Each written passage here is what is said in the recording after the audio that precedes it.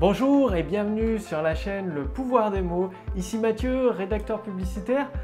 Alors, juste avant de tourner cette vidéo, je repensais, quand j'étais un peu plus jeune, j'ai fait beaucoup de judo pendant 10 ans. Et souvent avec mes amis à l'entraînement, on se lançait des défis. Genre, voilà, qui c'est le plus fort, qui c'est qui va gagner, qui c'est qui va gagner le combat. Et étant comme ça, j'adore relever les défis, j'ai relevé des défis, je me suis retrouvé des fois dans des combats pas très à mon avantage, c'est-à-dire avec des amis beaucoup plus massifs que moi, beaucoup plus forts, donc beaucoup plus costauds, du coup c'est pas évident. Par contre, j'ai quand même relevé le défi, et le truc, c'est ce que je veux partager avec vous, c'est une technique très puissante que vous pouvez ajouter dans vos argumentaires de vente. Il s'agit des défis. Lancez un défi à vos prospects, à la personne à qui vous parlez pendant votre vidéo de vente, que ce soit une conférence en ligne ou même dans une série d'emails ou une page de capture, lancez-lui un défi. Faites voilà, comme avec mes amis au judo. Les défis sont... Enfin, en tout cas, les gens adorent relever les défis. C'est amusant de relever un défi, de se prouver à soi-même qu'on est capable de réussir, de gagner, que ce soit un combat de judo ou dans votre domaine, d'atteindre l'objectif. Ça peut être tout simple, vous pouvez, dès le début de votre argumentaire de vente, de votre vidéo de vente, lancer une forme de défi à votre prospect, une sorte de quiz. Ça peut être par exemple, vous dites bonjour, vous faites l'introduction et permettez-moi de vous montrer cette courte vidéo qui dure à peine 30 secondes d'un jogger dans le domaine de la course à pied. Regardez-la bien attentivement, j'ai une question pour vous juste après. Vidéo très courte de quelques secondes, 20 secondes maximum. Et ensuite vous posez la question, avez-vous remarqué que ce jogger commet 7 erreurs fatales pendant son entraînement, des erreurs qui vont se répercuter directement sur son prochain 10 km, qui vont l'amener à complètement dégrader ses performances, dégrader son chrono. Les avez-vous devinés? Essayez de deviner ces 7 erreurs. Et là, vous pouvez remontrer une petite... sur votre écran, une vidéo, la même vidéo qui passe, et vous enchaînez votre argumentaire de vente et vous appuyez là-dessus. Vous accentuez en fait votre argumentaire de façon avec une structure comme j'explique pour les abonnés, pour mes contacts privilégiés, pour les abonnés de la chaîne YouTube. C'est mieux dans mes contacts privilégiés, je leur ai offert une structure complète de script de vente.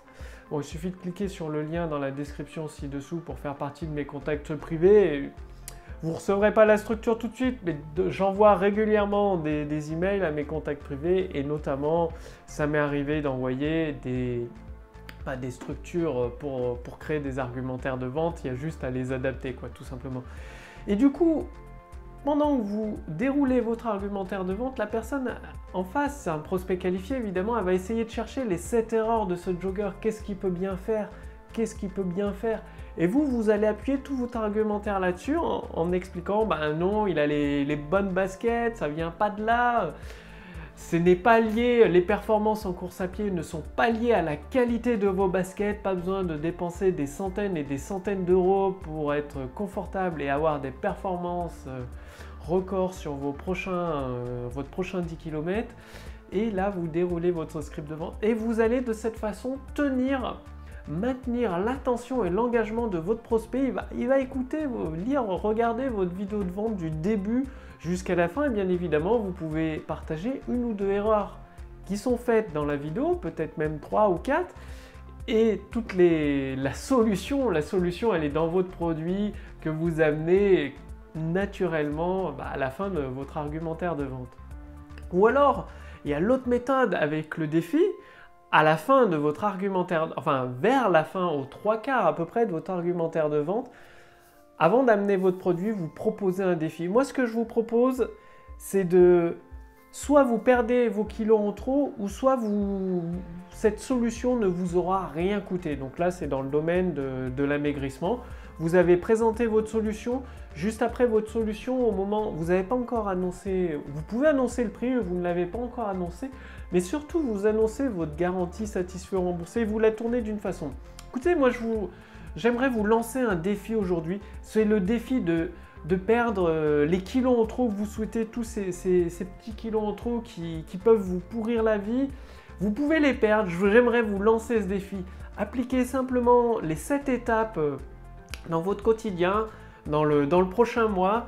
Allez, ce défi c'est très simple, soit vous perdez vos kilos en trop dans les 30 prochains jours, soit cette solution ne vous aura rien coûté. Et du coup, vous présentez votre garantie satisfait ou remboursée sous forme d'un défi où la personne doit suivre les 7 étapes. Forcément, si votre produit est excellent, avec les 7 étapes, elle va perdre ses kilos en trop, donc il n'y aura pas de remboursement, la personne sera satisfaite, tout le monde sera content, votre client et vous. Et si elle ne perd pas ses kilos en trop, malgré qu'elle ait appliqué vos 7 étapes, c'est qu'il y a peut-être un problème dans votre produit. En tout cas, vous n'avez plus qu'à rembourser la personne et elle sera satisfaite. Le défi n'aura pas été relevé, mais ça ne lui aura coûté pas un centime, rien du tout, comme c'est promis. Donc essayez cette technique du défi, c'est vraiment très très puissant. Je sais que quand je faisais du judo, je relevais toujours les défis, même avec des amis que je savais qu'ils étaient plus forts que moi, mais juste pour le défi, quoi, tout simplement pour tenter le défi parce que j'adore ça. Et vous, c'est pareil, certains de vos prospects adorent relever les défis, donc utilisez cette carte, en fait, cette carte supplémentaire du défi, le pouvoir des mots dans votre prochain argumentaire de vente, vous m'en direz des nouvelles.